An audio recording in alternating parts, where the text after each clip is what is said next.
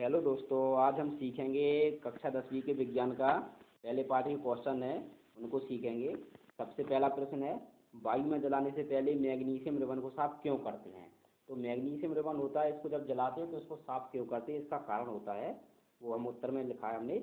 वायु में जलाने से पहले मैग्नीशियम रिबन को साफ किया जाता है ताकि मैग्नीशियम के ऊपर से धूल तथा कार्बन की परत हट जाए और मैग्नीशियम रिबन वायु के प्रत्यक्ष संपर्क में आसानी से जल सके। ये तो पहला प्रश्न हो गया। अब इसके बाद दूसरा प्रश्न है, दूसरे प्रश्न को देखेंगे। दूसरे प्रश्न में है, संयोजन अभिक्रिया किसे कहते हैं, उदाहरण से समझाइए।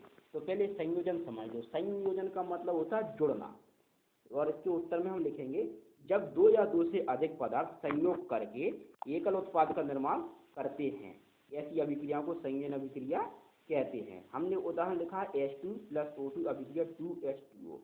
ये H2 मतलब होता है हाइड्रोजन और O2 मतलब होता है ऑक्सीजन। ये मिलके बना 2H2O, मतलब 2H2O मतलब होता है पानी या जल। तो यहाँ पे हाइड्रोजन और ऑक्सीजन दोनों जुड़ रहे हैं, दोनों जुड़ के जल का निर्माण कर रहे हैं, तो ये हुई संयोजन अभिक्रिया। अब हम अगला प्रश्न देखेंगे। अगला प्रश्न है, संयोजन अभिक्रिया दो बार हो गया। इसके बाद है, वियोजन अभिक्रिया किसे कहती हैं। संयोजन का मतलब जैसे जुड़ना होता है, वैसे वियोजन का मतलब होता है टूटना। तो वियोजन अभिक्रिया में क्या होता है, जिस अभिक्रिया में, हम इसकी भाषा में लिखेंगे, जिस अभिक्रिया में एकल अभिकर्मक टूटकर छोटे छोटे उत्पाद प्रदान करता है, उसे वियोजन अभिक्रिया कहते हैं। वियोजन अभिक्रिया का उदाहरण लिखा CaCO3 मतलब कैल्शियम कार्बोनेट। ये CaO और CO2 में टूट जाता है, मतलब एक था दो भागों में टूट गया, तो ये हो गई वियोजन अभिक्रिया। अब अगला प्रश्न है, ये है, ऊष्माक्षेपी अभिक्रिया किसे कहते हैं। प्रश्न ये ऊपर लिखा, ऊष्माक्षेपी अभिक्रिया किसे कहते हैं, उदाहरण से समझाइए। उत्तर हमने यहाँ पे लिखा है, जिन अभिक्रिया में ऊष्माक्षेपी मतलब ऊष्मा और क्षेपी मतलब उत्पन्न होना, तो इसके उत्तर में लिखा है हमने, जिन अभिक्रिया में उत्पाद के निर्माण के साथ साथ ऊष्मा भी उत्पन्न होती है, उसे ऊष्माक्षेपी अभिक्रिया कहते हैं। उदाहरण है CH4 + 2O2 अभिक्रिया CO2 + 2H2O। यहाँ पे CH4 लिखा है। CH4 का मतलब होता है, ये है मेथेन गैस, और 2O2 मतलब ऑक्सीजन। अभिक्रिया करने पर CO2 बन गया। CO2 मतलब हो गया ये कार्बन डाइऑक्साइड गैस बन गई, और 2H2O मतलब ये पानी बन गया। इसके बाद क्वेश्चन नंबर 5 है, ऊष्माशोषी अभिक्रिया किसे कहते हैं, उदाहरण से समझाइए। तो ऊपर तो ऊष्माक्षेपी अभिक्रिया था। ऊष्माक्षेपी अभिक्रिया वो होती है जिसमें ऊष्मा उत्पन्न होती है, और ऊष्माशोषी अभिक्रिया वो होती है जिसमें ऊष्मा अवशोषित होती है। तो इनमें हम ये लिखेंगे, ऊष्माशोषी अभिक्रिया में उत्तर में, जिन अभिक्रिया में ऊष्मा अवशोषित होती है उसे ऊष्माशोषी अभिक्रिया कहते हैं। उदाहरण में CaCO3 है, अभिक्रिया करेंगे CaO + 2H प्लस में CO2 आ जाएगा। ठीक है। अब हम अगले प्रश्न को देखेंगे। अगले प्रश्न में है, विस्थापन अभिक्रिया किसे कहते हैं, उदाहरण दीजिए। हमें क्या है, विस्थापन अभिक्रिया का उदाहरण देना है। तो विस्थापन मतलब होता है कि एक चीज दूसरी चीज को अलग कर देती है, यानी कि विस्थापित कर देती है।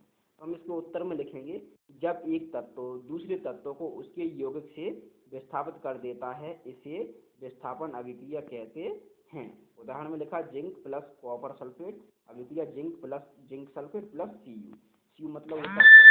इसको हम विस्थापन अभिक्रिया इसलिए कह रहे हैं क्योंकि यहाँ पे जो Zn मतलब जिंक है, ये कॉपर सल्फेट में से ये जो कॉपर है, कॉपर को यहाँ पे देखो लास्ट में अलग कर दे रहा है, और जिंक कॉपर की जगह आ रहा है, तो ये जिंक सल्फेट बन जा रहा है, इसलिए हम इसको कहते हैं विस्थापन अभिक्रिया। उसके बाद अगला क्वेश्चन है, अवक्षेपण अभिक्रिया किसे कहते हैं, उदाहरण दीजिए। अवक्षेपण मतलब अवक्षेप मतलब जैसे धुआं के जैसा, अवक्षेप मतलब पदार्थ होता है जो पानी में नहीं गलता है। तो अवक्षेप जिस अभिक्रिया में अवक्षेप का निर्माण होगा उसे हम अवक्षेपण अभिक्रिया कहेंगे। इसके उत्तर में हमने लिखा है, जिस अभिक्रिया में अवक्षेप का निर्माण होता है उसे अवक्षेपण अभिक्रिया कहते हैं। उदाहरण में हमने लिखा है Na2SO4 + BaCl2 अभिक्रिया BaSO4 2NaCl है। हमने यहाँ पे NaCl लिखा है, ये तो होगा नमक का सूत्र यानी सोडियम क्लोराइड, और BaSO4 लिखा मतलब बेरियम सल्फेट। ये बेरियम सल्फेट है, ये एक अवक्षेप है, ये अवक्षेप है, तो इसमें अवक्षेप का निर्माण हुआ, इसलिए हम इसको अवक्षेपण अभिक्रिया कहेंगे। अगला प्रश्न है, जब लोहे की कील को कॉपर सल्फेट के विलयन में डुबोया जाता है तो विलयन का रंग क्यों बदल जाता है। लोहे की जो कील होती है उसको जब हम कॉपर सल्फेट के विलयन में डुबोते हैं तो विलयन का रंग बदल जाता है। क्यों बदल जाता है, इसका उदाहरण दिया, उसका उत्तर लिखा हमने, जब लोहे की कील को कॉपर सल्फेट के विलयन में डुबोया जाता है तो विलयन का रंग बदल जाता है। क्यों बदल जाता है? क्योंकि लोहा कॉपर को विस्थापित कर देता है। और अगला प्रश्न है, लोहे की वस्तुओं को पेंट क्यों किया जाता है? लोहे की वस्तु पर हम पेंट क्यों करते हैं? तो इसका उत्तर है लोहा है, लोहे में जंग लग जाती है जल्दी, तो इसको जंग से बचाने के लिए हम लोहे पर पेंट करते हैं। इसका हम उत्तर लिखेंगे, लोहे की वस्तुओं को जंग से बचाने के लिए पेंट किया जाता है।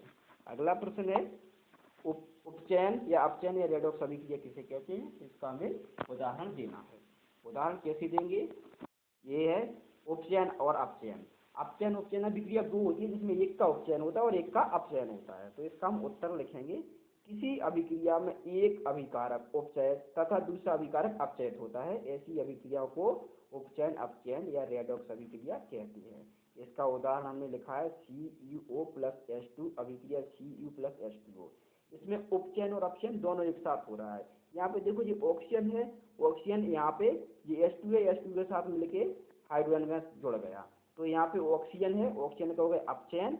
और यहाँ पे जो H2 है, H2 इस कॉपर H2 है, H2 ऑक्सीजन के साथ जुड़ा है, तो यहाँ पे अपचयन और उपचयन दोनों एक साथ हो रहा है। अगला प्रश्न देखेंगे। अगले प्रश्न में है, अवक्षेपण अभिक्रिया का हो ही गया। द्रव्य विस्थापन अभिक्रिया किसे कहते हैं? उदाहरण दीजिए। हमें ये वाला देखना है, द्रव्य विस्थापन अभिक्रिया किसे कहते हैं? उदाहरण दीजिए। ये वाला जो अवक्षेपक का हो गया ये हो ही गया। अब द्रव्य विस्थापन अभिक्रिया का हमें करना है। द्रव्य विस्थापन अभिक्रिया किसे कहते हैं? उदाहरण दीजिए। उत्तर में लिखा है, वे अभिक्रिया जिनमें अभिकारकों के बीच आयनों का आदान प्रदान होता है उन्हें द्रव्य विस्थापन अभिक्रिया कहते हैं। आयनों के बीच यदि आदान प्रदान हो रहा है तो उन्हें हम द्रव्य विस्थापन अभिक्रिया कहेंगे। उदाहरण में लिखा है हमने इसमें Na2SO4 प्लस BaCl2 अभिक्रिया ये तीर का चिन्ह लगा, इसको अभिक्रिया का चिन्ह कहेंगे। BaSO4 प्लस 2NaCl, ये हो गया द्रव्य विस्थापन अभिक्रिया का। अगला है ऑक्सीजन के योग या ह्रास के आधार पर निम्न पदों की व्याख्या करनी है। सबसे पहला पद दिया उपचयन, दूसरा है अपचयन। हमने पहले उपचयन की परिभाषा लिखी है। उपचयन की परिभाषा है, अभिक्रिया के समय जब किसी पदार्थ में ऑक्सीजन की वृद्धि होती है तो कहते हैं कि उसका उपचयन हुआ है।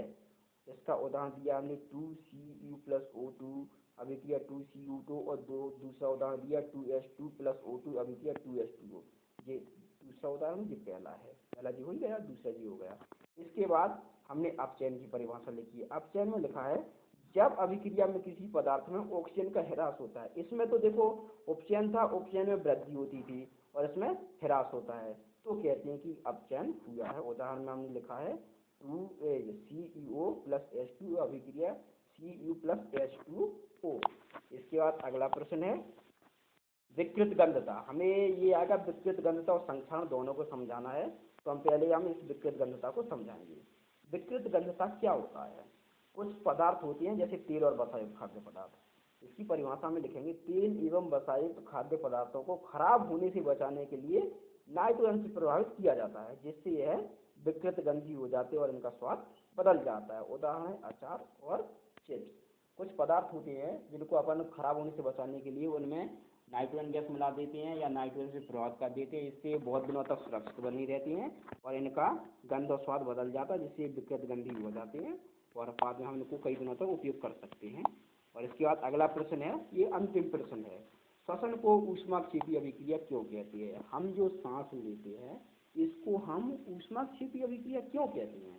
तो इसका मतलब होता है, हम जो खाना खाते हैं उसका ऑक्सीकरण होता है, इसलिए इसको ऊष्माक्षेपी अभिक्रिया कहते हैं। ऑक्सीकरण होने के बाद ऊर्जा उत्पन्न होती है या ऊष्मा उत्पन्न होती है। उत्तर में हमने लिखा है, हम सभी जानते हैं कि जीवित रहने के लिए हमें ऊर्जा की आवश्यकता होती है। हम सभी जानते हैं कि हमें जिंदा रहना तो ऑक्सीजन ऊर्जा की आवश्यकता जरूर है। यह ऊर्जा हमें भोजन से प्राप्त होती है। ये ऊर्जा हमें कहीं और जगह से प्राप्त नहीं होती, अधिकतर भोजन से ही प्राप्त होती है। पाचन क्रिया के समय खाद्य पदार्थ छोटे छोटे टुकड़ों में टूट जाते हैं। हम जो खाते हैं उसको पाचन क्रिया होती है, तो उसके समय ये पदार्थ छोटे छोटे टुकड़ों में टूट जाते हैं। जैसे में लिखा है आलू, ये चावल, आलू तथा ब्रेड में कार्बोहाइड्रेट होता है। ये छोटे टुकड़े टूट जाते हैं, इनमें कार्बोहाइड्रेट होता है। इन कार्बोहाइड्रेट के टूटने से ग्लूकोज प्राप्त होता है और यह ग्लूकोज हमारे शरीर की कोशिकाओं में उपस्थित ऑक्सीजन से मिलकर, जो ग्लूकोज है हमारे शरीर की कोशिकाओं में उपस्थित ऑक्सीजन से मिलकर हमें ऊर्जा प्रदान करता है। इस विशेष अभिक्रिया का नाम श्वसन है। इस श्वसन से हमारे शरीर को ऊर्जा मिलती है, इसलिए श्वसन को हम ऊष्माक्षेपी अभिक्रिया कहते हैं। आप हमारे चैनल को लाइक करना, शेयर करना और सब्सक्राइब करना, ये पहला पार्ट है। आप यदि इसको लाइक और शेयर करते हो और सब्सक्राइब करते हो चैनल को, तो हम कल आपको दूसरा पार्ट भी बताएंगे। तब तक के लिए धन्यवाद।